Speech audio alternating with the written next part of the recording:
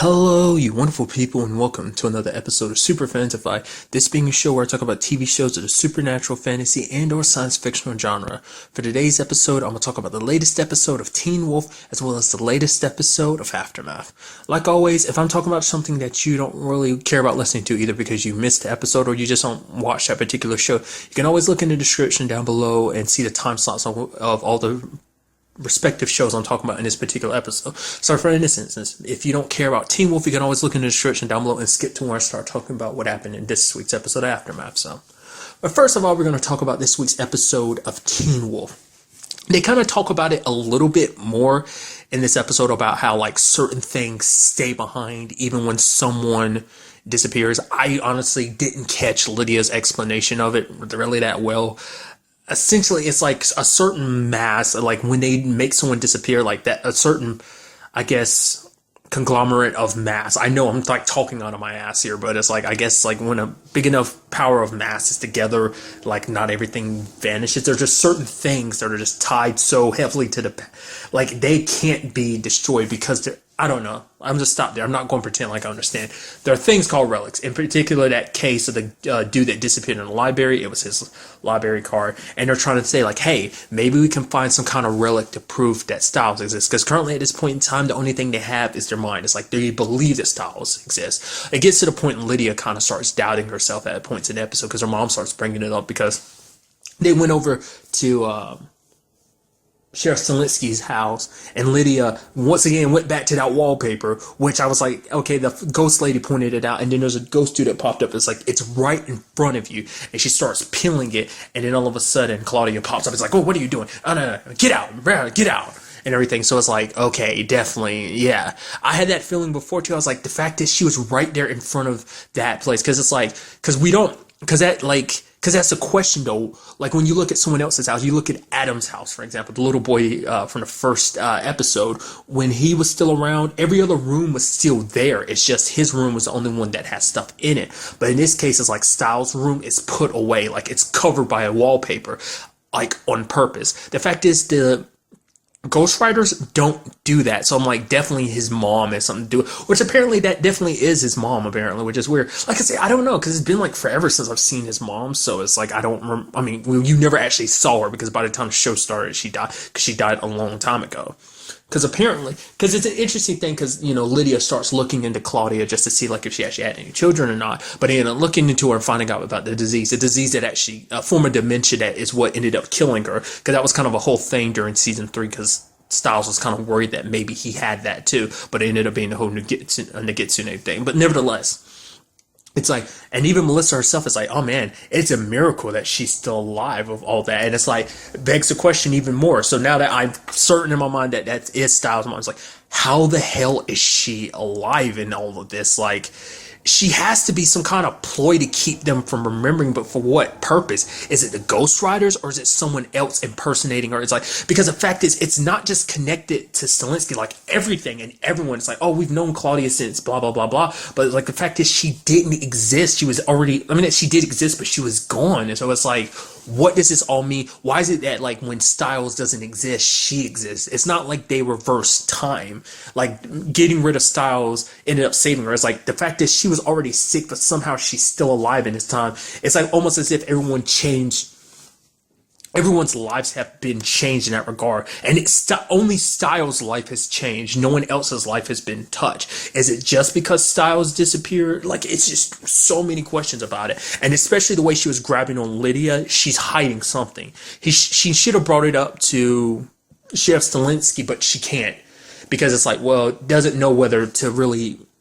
Because it's sad at this point, because they're afraid, they don't recognize. It's like, oh, we should keep looking, because it's like they're at the point they're like, maybe Stiles doesn't exist, because for them it's all about the fact is that, hey, we got an imminent threat in front of us instead of someone that might not exist. You know, in Malia's case, which is sad, is because it comes from Malia, because it's like her biggest problem currently is control. Because at the beginning, there was that whole thing between Papa Argent and Melissa, which I loved it, because it's like she's out there with him and everything. And she's not used to this type of thing. Her reasoning for it makes sense, because it's like everyone else is doing everything they can. They're kind of caught up in this world and everything. She just wants to help out. You know, her son's neck deep in this. She wants to do her best to help out and everything. And she's talking and everything. And then Argent turns to her and is like, when you're chasing down a psychopathic supernatural, it's best to stay quiet. She's like, right. They end up finding one of the bodies. One woman was kind of still alive, but then her body fell down off the tree and she completely died. And then apparently Malia was there because apparently being a coyote, she's very nocturnal, so she kind of went on a run. Like I say, it's so interesting because it's like, obviously Malia's had control issues in the past. Subsequently, since we've known her, she's had control issues. But even more so, subsequently, since Stiles no longer existing, because he kept her balanced, and it's like you never realize just how balanced he kept her until now, like, because he was always there. Like, even if she wasn't around Stiles, she knew he was there, he existed, that she had her memories of the time they spent together of him calming her down. So just kind of like how initially when Scott was trying to control his wolf side, he had to use Allison as his anchor. For Malia, it was Stiles, but now that he's gone, she's completely kind of gone wild, especially because, being around blood, smelling blood kind of like heightened that within her, is what Argent said. And then Argent, shoots her just to kind of calm her down or whatever, and starts pulling the bullet out. Like Melissa starts pulling the bullet out of her leg, and she's grabbing into like Argent's armor, and he's like, okay, give something for the pain. She's like, no, I can take it. He's like, it's not for you, and just digging deeper into his arm until she gets so fed up with Melissa just squirming around that she gets the bullet herself. The interesting thing is Argent and Malia. It's so interesting when you see other characters interact that you never really see interact. Because amongst the group, the only person I really ever remember really 100% interacting with Argent, mainly, it's always been Scott. Like, it's never, I'm sure like Stiles and Lydia have, definitely, especially because of last season, because of hearing the story from Gerard and everything, and, Argent was there, but it's like, more often than not, the only person that has the most interactions with him, I feel like, is Scott. I guess if you look back in the entire series, you might find out that someone else actually has more interactions. But to me, it seems like Scott's the one to do that. So it was really interesting hearing Malia and him talk. Essentially, he used the example of Kate because he's like, the fact is, it takes one mishap before you become a monster. He uses his sister, for example. It's like she killed an innocent person and she tried to push it away, just trying to justify it. But then it's like, he didn't do anything at that time. He could have done something to kind of prevent the monster she became now, which is something I was wondering about too. It's like, the last time we saw him was in season 4 when he was chasing after her. That was the last time we saw that element. But he popped back up in season 5, so it's kind of like, is his sister still a threat or not? Like I say, I'm wondering if there are a lot of stuff that's came back from the original seasons that are going to kind of come back up, like Deucalion, for example. Will he make another appearance? I don't know. It really depends on Colton Haynes, but maybe Jackson will. I really doubt it because that was a storyline that was dropped back at the end of season 2 because he left on his own. Just because Colton Haynes decided to leave the show and whatnot. So, nevertheless, because it's just, especially because this season is kind of bringing up the whole fact of remember just their entire lives, parts of their lives that disappear for all of them, especially for Scott and Lydia, because it's like Stiles is a big part of their lives. It's been a big part of Scott's life and definitely Lydia's, because Stiles has been in love with Lydia since they were little, and he's been Scott's best friend since they were little. So that's why I'm kind of bringing all this other stuff up. But nevertheless, but he's there saying that he's going to try and help Malia kind of control that side of her. So that's just kind of interesting. But another side of this episode was they ended up finding out that apparently the Ghost Riders actually ride in on lightning. That's how they get to where they go. That's how they were even able to get past the mountain ashes, because they kind of bypass it entirely because they're riding on lightning, which is kind of apparent. On average, Mason kind of did the calculations, looked at stuff, and it's on average there's 1,000 thunderstorms at thunder, bolts of lightning and stuff. I can't remember exactly what he was saying, but subsequently, since all this started in the past little while, apparently it jumped to 5,000. So the whole plan was to kind of get everyone underground, kind of in that bunker, to kind of keep them safe, because it's hey, the ground will ground the electricity, the lightning will get grounded in the ground, it won't pass through, so everyone's safe. They get some people down there. Malia and Argent stay behind while Scott, Mason, and them kind of deal with the whole situation, because essentially they kind of get put on a lacrosse team to kind of deal with that whole situation, because there's 4 people in particular, Gwen and 3 other lacrosse players who avoided the whole situation. They're no, that they don't care. In Gwen's case, it's more so than anything, she just wanted to disappear, which you can understand, because it's the fact of the matter is, it for her, it's not even about surviving anymore. It's like, just let them take me, because at least I won't be here, because I'll literally have everyone look at me like I'm crazy. Then I'm always, because even if she doesn't, she'll always be looking for a shoulder, wondering when they're coming after her next. And Hayden's like, we'll protect you. But that's why she was so adamant about, no, like, don't worry about following me everywhere. Keep an eye on, because she wanted to go. And sadly, even when they tried their best, they all ended up faded. They ended up all getting taken. To me, it's more brutal. Like, I still feel like the dude in the library kind of got it rough, because it's like both roped him and then they pulled him apart and poof. But everyone else is just, they shot him. So that was just, I don't know. Well, except for that one person, they just like dragged him by the horse and then he just popped out of existence like that.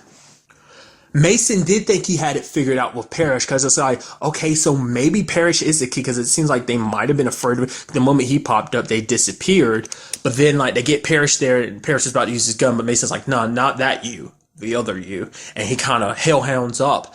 But the guy, one of the writers shoots him, but he doesn't disappear from existence. He kind of just reverts to kind of almost like his human form, but then it immediately disappears. I guess mainly to go after the others, which I'll kind of get to that in a second. So the question is, when he did that, did it erase the hellhound from within Parrish, or is it just that the bullets can't kill him or make him disappear just because it's such a powerful supernatural existence? Because hellhounds kind of like, I don't know, they're kind of like the gatekeepers, essentially. They play a huge role in just like the cycle of supernatural stuff when it comes to death and everything. Remember the whole like last season of him collecting bodies and bringing it to the, what's that tree called again? The Namatat?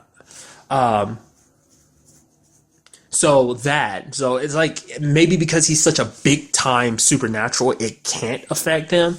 I mean, it still begs the question of like, why these specific people, not just people who saw you, but like, I mean, that was mainly why all these other people got taken, is because it's like, oh, they saw them, but it's like everyone else, like I say, it seems like they're being specifically targeted, but why? And does that mean Parrish isn't the key to it? I mean, like I said, like most people would disappear, but he didn't. Like I said, we've yet to come across a supernatural disappearing. So maybe they are like immune to supernaturals, because we haven't seen that yet. Everyone else that's disappeared has been a human. They've yet to target it like a werewolf or him. And like maybe their bullets don't actually work on werewolves. I mean, we won't really know the supernaturals in general, but maybe we won't find out until it comes across. Like, I mean, that's just one example, but like I said, that could just be because he's a hellhound. I'm very interested to kind of get a little more context on that situation. Maybe kind of learn a little bit more next episode. And I figured as much. He hellhounded up this episode. I pretty much figured, I was like, right. He didn't want to hellhound up in front of them. Mainly because he doesn't want to use it, tap into that part of his powers. But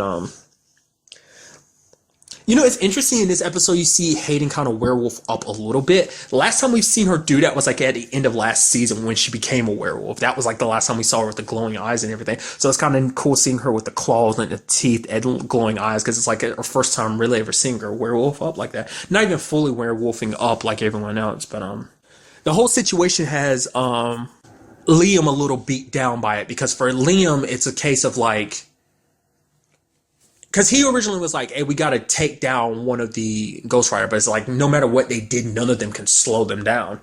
So, because his idea was to kind of capture them, but Scott kind of went along with Mason's idea of trying to hide everyone. And he says, like, no, this isn't your fault, Liam. It's mine. I'm the one that we should have done both. We should have hid people and tried to trap them. Which, at the end of the day, I don't think it's anyone's fault in this situation. It's like, dude, this is an opponent they've never faced before. A werewolf, sure. A chimera, sure.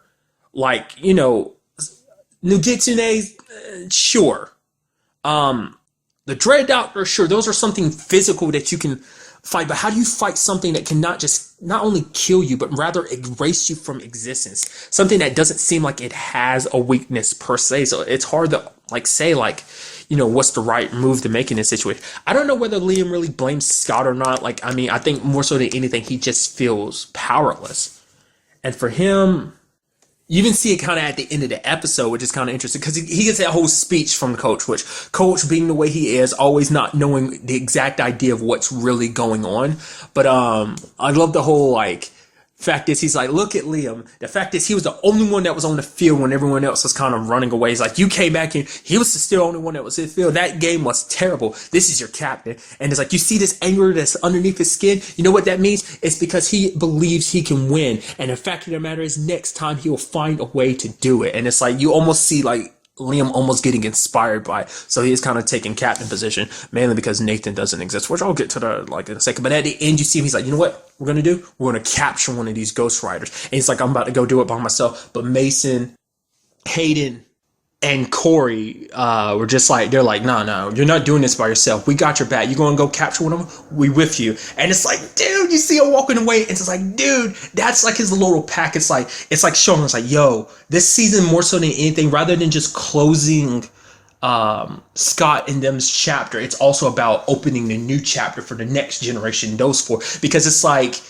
Scott has his pack, because this is about Scott's pack story coming to an end. And it's like, you see Liam like that, and it's like, that's his path. That's why I'm kind of thinking like maybe Liam might be the next true alpha, that things are going to play out that way. That's why I'm kind of almost like, even if this series does end, technically, if the right circumstances would allow, they could technically bring it back, but you'd have like Liam and Hayden and Mason and Corey being like the main ones that kind of run the pack. It's kind of interesting. Because it's same dynamic almost. Like your girlfriend isn't necessarily normal, because you take either girlfriend of Scott's, because you take Allison, she's a hunter, so she's not normal. You take Kira, she's a kitsune. Then you take the fact is he has a best friend that's kind of the smart dude, the one that has the plans and stuff, who's human. So, and then the fact is that particular person has a significant other that's something supernatural. Because you take Stiles, it's like either way you go, whether it's Lydia or whether you go Malia, it's like, so it's like the parallels are there. Just interesting. But the thing I wanted to focus on was Nathan. It's like, dude, how much does Nathan suck? That douchebag was so like adamant about getting out of there, and he screwed over everyone. You could argue like maybe the writers would have found him anyway, but it's like definitely found him because of Mason opening up the path and making it easier for them to get to him. Sadly, Malia and Argent wasn't enough for them to hold them, and they ended up taking everyone, especially after Malia like calmed one of them down. It was kind of calming them down. It's like, it's literally Nathan's fault. It told you stay there, and it's like, oh, he acted like such a tough guy. But granted, when you have a situation like that, obviously you're gonna be scared. But it was like, man, it's like, you suck, dude.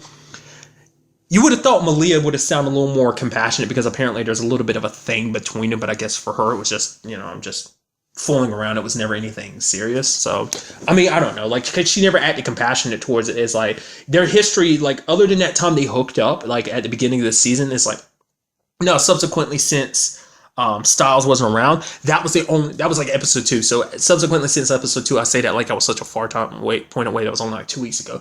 But that's like the only other interaction we've ever seen between them. Other than that, this was like the first other time interacting with each other. So.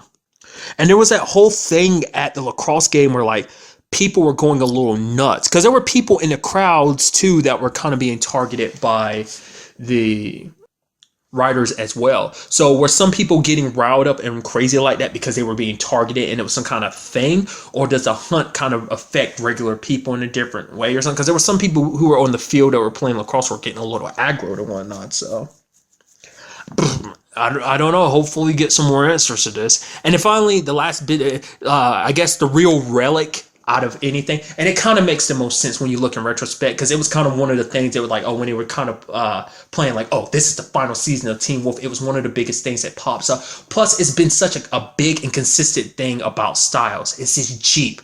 It's still out there in the parking lot. Like, it's a relic. And it's like, of course it is, because it's such an important thing. It's been there since the beginning, and it's still there now. It's such a key piece of like their transportation. It's just kind of so much has happened through, around, near that Jeep. So it's kind of like, of course, that, that's kind of like his baby. That's what he cherishes most. I mean, granted, like I said, his room is still got to be behind there. I just want, it's probably going to end up being up to Sheriff Selinsky to kind of find out, the look behind the wall. But like I said, at this point, everyone's almost giving up hope, because it's like they got to focus more on stopping the Ghost Riders. And like I said, you got Liam and them deciding to capture one. It's like, so I'm crazy. I'm interested to find out where that goes. Interestingly enough, we didn't get even a peek at the teacher this episode. Since they kind of referenced it at the beginning, you thought they would have kind of brought it up. Their teacher that I forgot his name now. The one from last episode who it turns out to be the Nazi werewolf. So not even a hint about him. So, well, technically, yeah, we did because like those dead bodies. But it's like other than that, he never actually popped up physically popped up in the episode other than that moment. So a very good episode. Cannot wait to see where it goes from here. That's one thing I love about Teen Wolf because it's one of those shows. I'm sure MTV does this for like all their shows, but I literally love the hashtags they have. And it's like hashtag remember Stiles. And it's like, dude, come on. I was like, oh man, they're going to remember Stiles. She's going to find, oh, nope, they've kind of given up. So it's just one of those things where it's like they're going to have to push like past their doubts, especially the doubts of others around them. I really think out of anyone, it's either going to be Lydia or Stilinski that figures it out. But I think definitely Lydia because she's the one that can feel it. The signs are there. Whatever those ghost people are, which I'm guessing they're remnants of people kind of forgotten because of the Ghost Riders, like little remnants of their souls trying to fight back or something.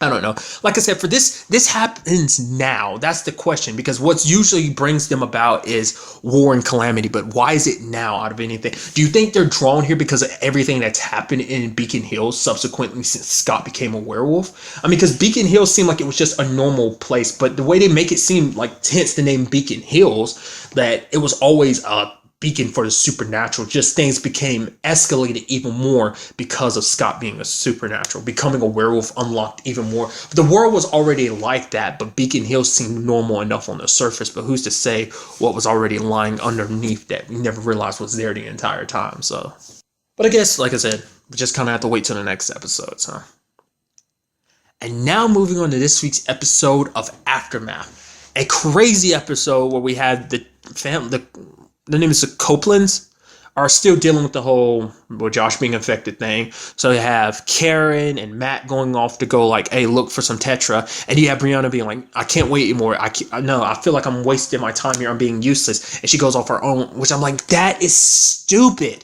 Your mom left you two there for a reason. The fact of the matter is you're there because it's like, oh, she can handle this. But the point is like two heads are better than one. You left your sister alone to kind of deal with that situation. It could have turned ugly. I mean, on multiple occasions, on multiple ways, because it's like on Dana's part, it's like she was attacked by their dad, and then you take Brianna's side where she ends up getting jumped by those three, which really sucked. Wasn't expecting her to kind of get jumped like that. I was like, oh man, they're fever head. Oh, they're just punks. They're like, hey, yeah, this is the new world order. We're gonna do what we want to do. Oh, you got drugs? Tell us you got drugs. Oh, you got drugs? Take us back to your place so we can get drugs, type of thing. So it's kind of like, it's kind of seeing the uglier side of people. Like I said, that hasn't really come up yet. Really, the main people you kind of have to stay out of the way of are mainly feverheads. I was kind of wondering, will Brianna ever cross paths with that girl she met during that time she was separated from the family, the girl that she kind of befriended, and the girl wanted to kind of use Brianna's cell phone, but Brianna's like, I got to keep it charged, so I can talk to my family and stuff like that. But the girl was like so busy wanting to talk to her boyfriend. Brianna kind of beat the crap out of her and just left her. So that was us. That was the last time we saw her. So, nevertheless, Matt ends up meeting this girl named Sarah, who tries to kill herself, because apparently her and Matt have a very interesting, similar situation. Apparently Sarah killed one of her friends because she thought one of her friends was like a feverhead or whatever, but it turns out she wasn't. What had happened was she was just kind of on a bad trip. She ate some mushrooms or something. Matt understands that because he ended up reflecting on the fact that he killed an innocent person too, just because, wasn't his name Kevin, or was it his dad's name was Kevin? But essentially the boy was schizophrenic and he was off his meds, and the dad didn't say anything about it. So really, they never really went back to that whole situation, did they? Because like, what happened to? Because there was like quite a few group of people that were with the Copelands, but I guess like after that, I was like, yeah, we're better off on our own just because of that situation, I guess. But like, they haven't really traveled with a large group of people subsequently since then. So it's just something I was kind of thinking about just now. But the entire time you have like, while everything's happening, you have Josh kind of tripping, but he's kind of reflecting on everything that's kind of happened over the course of, everything. Kind of wakes up and knocks Dana out. Another one of the reasons why, hey, Brianna, you should have stayed behind, because it's like that would have been a situation where it's like she would have been, maybe things would have turned out a little bit differently. Your dad would have just walked away and that was just kind of idiotic in my opinion. But hey, I get it. It's a situation where it's like your dad is literally on the verge of dying, and the fact is, if Dana like has to keep knocking him out because it's the only way to kind of possibly keep the virus from spreading, and then also you have to look at it as like a sense of like, the fact is she has to be careful about the dosage, because if she gives him too much, he could die. But it's like he's already dying, so it's like, why not take the chance? That's why they did it in the first place. But he kind of wanders off on his own while Karen and Matt still looking. It turns out that girl Sarah actually had Tetra, and thanking Matt and everything, she comes along. Which I'm skipping around all over the place, but the fact is that she went along with the family. I'm glad, because Dana was like, "Oh man, she's gone." I was like, "Oh man, she really bailed, didn't she?" I was like, "Please don't tell me she bailed." Like before Dana even said anything, but then Dana said, I was like, "Oh man," and then she popped up. I was like, "Yeah, Sarah, the awesomeness." And now I'm like, now. Are we about to have a 3 for 3? Technically 4 for 4, because Karen lost her sister Sally. Then you have Brianna losing Devin. And then Dana losing Mark. So it's like, hey, let's get Matt together with Sarah and then immediately kill her afterwards just to make it hurt that much more. It's like, Which apparently she knew the group of people that attacked Brianna and was attacking them. The family and everything. Apparently they were kind of the group she was originally with, but they're just kind of nut jobs a little bit, because they're so focused on doing what they want to do, so on and so forth. But I'm just literally thinking that, just because it's like they're trying to make it so that basically when it's all said and done, only this family will survive. I was so certain that the lady, I think her name was Audrey, because we finally got to see, that's kind of the big part of this episode, finally got to see what happened on the other side of Seattle. In particular was the reporter. Apparently she got sucked into a open, they refer to it as the white whirlwind, just freaking open something. Basically the sky opens up and sucks people away. I don't know why I'm stumbling just to say that, but essentially that happens. And apparently she ends up, where they are, and that's in Idaho. She's not sure how she got there, but she's kind of like she doesn't know about what happened, because she's been missing this entire time. Because she ended up explaining it to Josh when he ended up meeting later on, but she's kind of like, the fact is, wherever she was, it was almost like nothing, like time didn't exist, nothing existed. And the fact is that they're there for kind of a specific reason. Same thing applies to Karen, because she met a lady, and her husband, that lady's husband, Barry, was in a similar circumstance, that they're there to kind of tell them something. It's like, because Josh kept hearing that he read that message last episode, like, the many is one, but for them it's like, but the one is many. The many is one, but the one is many. And it's like, what does that necessarily mean? Who knows? But basically it's a message that was implanted in their head. Specifically, it wasn't named Barry or Gary, as well as Audrine. And so I think, because I kept thinking to myself, I was like, is her name Audrey? I kept rewinding it. It's like, Audrine? Is that what she said her name is? I think it is. It's a very unique name. I've never heard that before. Her Adriana, Audrey, but it's not, I don't know, it seems like a combination to it. It's not important. Nevertheless, I was kind of thinking like, oh man, she's going to stick by the group and everything, especially because I was like, oh man, Josh is screwed. Those guys tracked him down. They're about to put a bullet in him, because for them, it's like, hey, no fever heads, no chances. It's just like, I will take him and leave. You'll never see us again. And it's like, nope, lady, we ain't taking chances. And then white whirlwind pops up. It's like, this is like, ended up being like, there ended up being three this episode, and I was just kind of like, why hit so back to back to back? The fact of the matter is that those people in that community, we don't know if they all got sucked up or not. I'm sure quite a few of them did, but I don't know if every single one of them did. There were some that were running away, but who knows if that was really good enough or not, But I was so sure. I was like, okay, the fact that she's there, she's joining up with Josh. Obviously, they're going to make it. She's going to part of the team. Oh, and now she's being sucked up in the sky after not really getting answers. It's like, we had that little bit of a conversation between her and Josh, but granted, Josh was not in a proper state of mind, so it's not like they could have a real conversation, and she gets sucked back up, because apparently they are there only to pass on that message and then bring it back, which I also, because, the whole world is ending. Initially, at the beginning of the episode, it sounded like the dude on the radio was kind of saying they had 36 hours. By the end of the episode, it's kind of saying like we have 2. But nevertheless, I still think that looks pretty awesome, especially from like down on Earth, how it looks like with all those the debris kind of falling towards Earth and whatnot. But luckily, they were able to use the Tetra to heal Josh.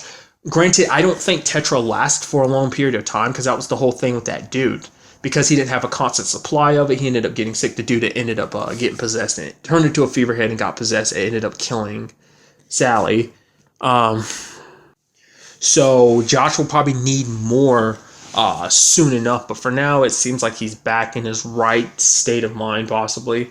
Because to me, it didn't seem like Josh in this episode was completely like, to me, I feel like at this point, most people would have just gone full blown feverhead. But the fact is, it seemed like he was able to fight it to a certain extent, that he was able to kind of push past it because he didn't outright actually hurt anyone. I mean, granted, he choked Matt out a little bit last episode. I mean, not to really laugh about that because there's nothing really laugh about, but it's just I guess to laugh about the fact is that what I said was kind of an ironic contradictory statement because of what it went down. Plus, he knocked Dana out of his way, but he didn't really go out of his way to hurt her. He could have, because most feverheads just go out of their way just to straight up kill people, but they didn't. I mean, they don't. He didn't.